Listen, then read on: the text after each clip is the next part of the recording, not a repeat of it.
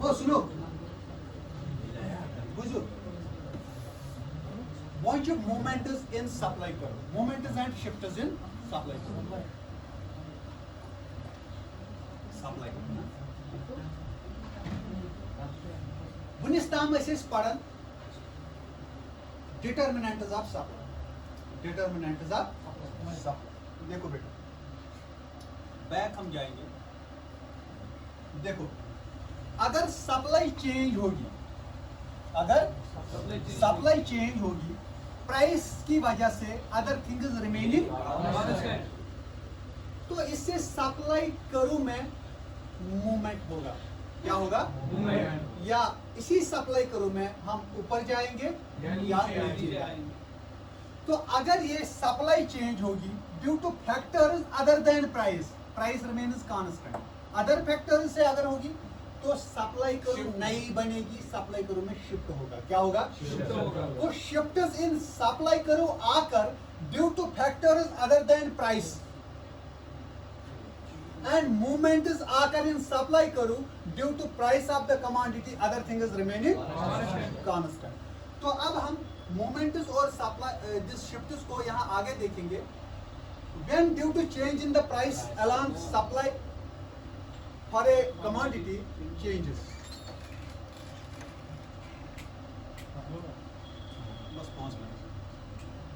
when due to change in the price of a commodity supply changes it is expressed by different points on supply curve it is also called a movement or movement along supply curve और change in quantity supply इसको change in quantity supply भी कहते हैं जब price की वजह से होगा अगर अदर डिटरमिनेंट्स की वजह से तो change in supply अच्छा मूवमेंट जो है सप्लाई करो में दो किस्म के मूवमेंट्स आ सकते हैं देखो या तो प्राइस कम होगा और सप्लाई भी कम होगी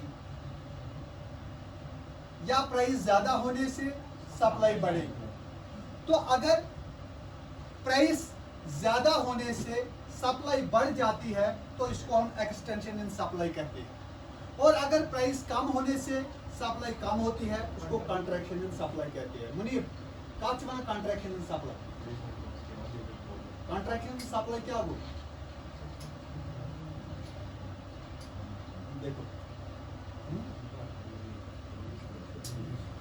देखो एक्सटेंशन इन सप्लाई और एक्सटेंशन ऑफ सप्लाई सप्लाई में एक्सटेंशन किसको हम कहते हैं बढ़ना एक्सटेंशन होता है बढ़ना तो किससे सप्लाई बढ़ेगी प्राइस बढ़ने से अगर प्राइस बढ़ने से सप्लाई बढ़ती है तो उसको एक्सटेंशन ऑफ सप्लाई कहते हैं other things being equal when supply of a commodity increases due to rise in its price it is called extension of supply तो ये हम फिगर के जरिए ऐसे दिखा सकते हैं देखो प्राइस ऑफ कमोडिटी 1 था और सप्लाई 1 यहाँ पे 10 प्राइस 2 हो गया और सप्लाई 15 तो इसको हम कहेंगे ये क्या है एक्सटेंशन इन सप्लाई अगर हम इस कर्व के जरिए देखेंगे तो पहले price 1 supply 1 price rises to 5 and supply also rises to 5 तो हम इसी सप्लाई कर्व में है लेकिन हम मूव हो गए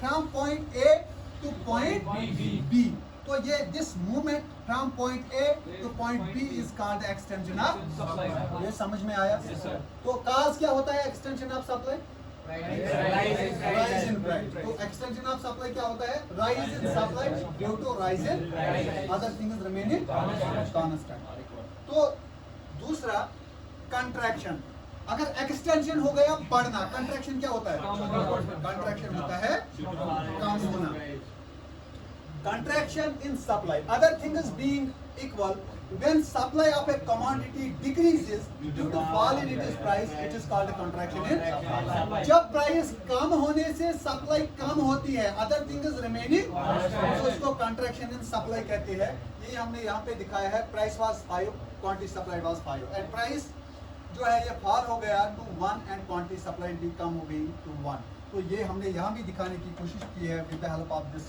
curve तो पहले हम पॉइंट ए पे होते हैं यहाँ पे जहाँ पे प्राइस होता है 5 और क्वांटिटी सप्लाइड होता है जब ये प्राइस कम होता है फ्रॉम 5 to 1 तो क्वांटिटी सप्लाइड जो है ये भी फ्रॉम 5 to 1 आती है। तो इस प्राइस कम होने से क्वांटिटी सप्लाइड जो कम हो गई, यानी हम मूव हो गई इसी सप्लाई करूँ मैं from point A to point B, और इस मूवमेंट को कहते हैं कंट्रैक्शन इन सप्लाई करो। फिर क्या होगा कंट्रैक्शन इन सप्लाई करो? तो यहाँ पे हम मूव करते हैं जिससे मूवमेंट बैकवर्ड, ये बैकवर्ड मूवमेंट है, और एक्सटेंशन जो है वो फॉरवर्ड मूवमेंट है। और इसके बाद शिफ्ट्स इन सप्लाई करो। देखो मैंने आपको पहले ही बताया कि shifts occur due to change in factors other than price of the commodity. यहाँ पे shifting of supply curve implies that entire supply curve either shift is upward और downward of the initial supply curve. यहाँ पे shift में क्या होता है कि सारी सप्लाई करूँ शिफ्ट होती है, नई सप्लाई करूँ आती है, या तो हम राइट वर्ड शिफ्ट होते हैं या लेफ्ट वर्ड शिफ्ट होते हैं। तो this type of change takes place, ये कब होता है? when supply changes due to change in factors other than price of the same commodity। Price of the same commodity जो है ये कांस्टेंट रहता है, बाकी फैक्टर्स से जब ये चेंज होती है तब हम कह सकते हैं कि ये शिफ्ट है सप्लाई करो में। It is also called change in the level of supply और चेंज इन सप्लाई। तो चेंज इन सप्लाई और shift in supply can be of two type. यहाँ पे एक तो है increase in supply, decrease in supply. देखो बेटा इंक्रीज इन सप्लाई क्या होता है? When more of a commodity is supplied at the same price, it is called increase in supply. Oh, when more of a commodity is supplied at same price, it is called increase in supply. क्योंकि हमें पता चलता है कि ये increase जो supply में हो गई, it is due to factors other than price. ये price 10, supply 20, price 10, supply 30. ये supply जो increase हो गई है, it is due to factors other than price. Price change नहीं हुआ है। तो यहाँ पे क्या होगा? यहाँ पे एंटायर सप्लाई करूँ शिफ्ट होगी। तो सप्लाई करूँ पहले ये थी प्राइस 10 और सप्लाई 20, अब ये प्राइस 10 ही है, सप्लाई 30। तो इस करूँ में ये एडजस्ट नहीं हो सकता है, तो नई सप्लाई करूँ बनेगी, ये सप्लाई करूँ शिफ्ट होती है राइट मोड। तो यही हमने यहाँ पे कहा है, यहाँ पे दिखाने की कोशिश किया है। Increase in supply is a situation when firms are willing to supply more of a commodity at given price. Table and figure below illustrates the situation. तो ये काज क्या हो सकता है इंक्रीज इन सप्लाई का? अदर थिंग्स जो है उनकी प्राइस का बढ़ना, नंबर ऑफ फर्म्स बढ़ना, टेक्नोलॉजी में इंप्रूवमेंट आना, price of factors of production कम होना। तो इन चीजों से ये इंक्रीज इन सप्लाई हो सकती है। और डिक्रीज इन सप्लाई बिल्कुल opposite, it is a situation where less is supplied at the same price, where less is supplied, और you can say where the supply decreases due to factors other than price of the commodity. तो यही is a situation, decrease in supply is a situation when firms are willing to supply lesser quantity of a commodity at it is existing price. तो ये table में और graph के जरिए हमने दिखाया है। तो टेबल जो है प्राइस तो सेम है और क्वांटिटी सप्लाई पहले 30 थी, अब ये डिक्रीज हो गई फ्रॉम 30 to 20। तो इस सिचुएशन को जब सेम प्राइस पे लेस सप्लाई होता है, इसको डिक्रीज इन सप्लाई कहते हैं। When less is supplied at the existing price और same price it is called decrease in supply. तो यहाँ पे हमने दिखाया है इसको इस करो की मदद से। तो पहले जब प्राइस हमारा 10 था तो हम 30 यूनिट सप्लाई करते थे, हमारी S1 जो थी ये हमारी सप्लाई करो थी। लेकिन अब प्राइस तो यही रहा लेकिन सप्लाई कम हो गई, अब सप्लाई 20 है, ये 20 एडजस्ट नहीं होता है इस सप्लाई करो में, तो हमें नई सप्लाई करो बनानी पड़ती है, यानी हमें शिफ्ट करना पड़ता है। तो दिस इज कॉल्ड शिफ्ट, और ये लेफ्ट वर्ड शिफ्ट है। तो from this S1 to S2 this is called decrease in supply. तो डिक्रीज इन सप्लाई के कारण क्या हो सकते हैं, काज क्या हो सकते हैं?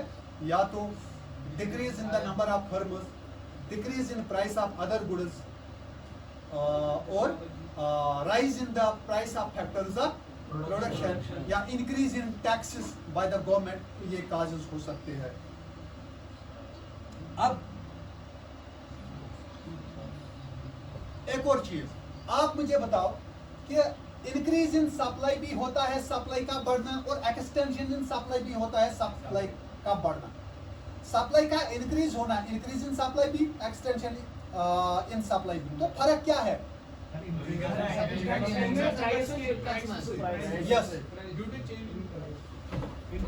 डिफरेंस जो है, फर्क जो है वो काज का है। अगर प्राइस इंक्रीज हो गई, उससे सप्लाई इंक्रीज हो गई, तो ये है एक्सटेंशन। और अगर प्राइस सेम है, अदर थिंग्स से सप्लाई इंक्रीज हो गई, तो ये है इंक्रीज इन सप्लाई। और इसी तरह डिक्रीज इन सप्लाई और कॉन्ट्रैक्शन इन सप्लाई में यही फर्क है।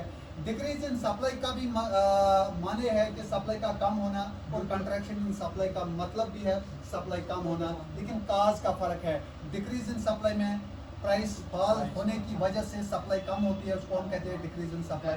और इंक्रीज इन सप्लाई में, sorry, this contraction in supply में उल्टा बताया हमने। कॉन्ट्रैक्शन इन सप्लाई में प्राइस फॉल होने की वजह से सप्लाई कम होती है, और डिक्रीज इन सप्लाई में सप्लाई कम होती है due to change in factors other than price.